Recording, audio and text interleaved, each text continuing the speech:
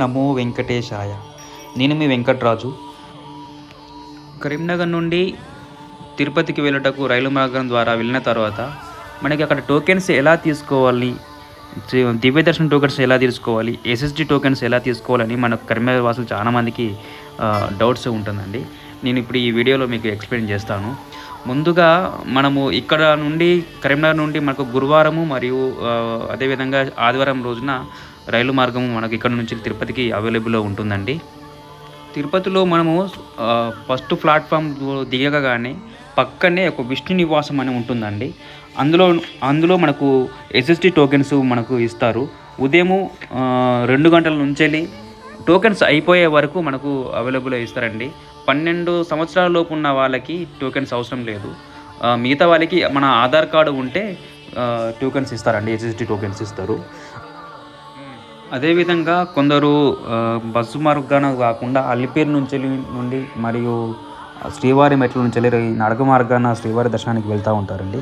అలాంటి వారికి మాకు టోకెన్స్ ఎలా అని అడుగుతూ ఉంటారు. అలిపిరి మార్గంలో మనకు టోకెన్స్ కావాలంటే భూదేవి కాంప్లెక్స్ అనే ఉంటుందండి ఎస్ఎస్డి టోకెన్స్ కోసం. అక్కడ ఉదయం 5 గంటల నుంచి సాయంత్రం 6 గంటల వరకు మనకు ఎస్ఎస్డి టోకెన్స్ ఇస్తారు. అక్కడ తీసుకోగానే పక్కనే అలిపిరి మెట్లు రాకముందుకే పక్కనే మన లగేజ్ ఇవ్వడానికి ఒక బిల్డింగ్ ఉంటుందండి. అందులో మనం ఆధార్ కార్డుతో ఒకటి స్కాన్ చేసుకొని ఇస్తే మన లగేజ్ పైకి తీసుకెళ్తారు. అక్కడ నుంచి మనము అలిపిరి మార్గం ద్వారా వెళ్ళొచ్చు. అదేవిధంగా శ్రీవారి మెట్ల దగ్గర నుంచి వెళ్ళే వారికి టోకెన్స్ కూడా అక్కడ కూడా 5 గంటల నుంచి సాయంత్రం 6 గంటల వరకు ఇస్తారండి. టోకెన్స్ అయిపోయే వరకు ఇస్తారు. అక్కడ తీసుకున్న టోకెన్స్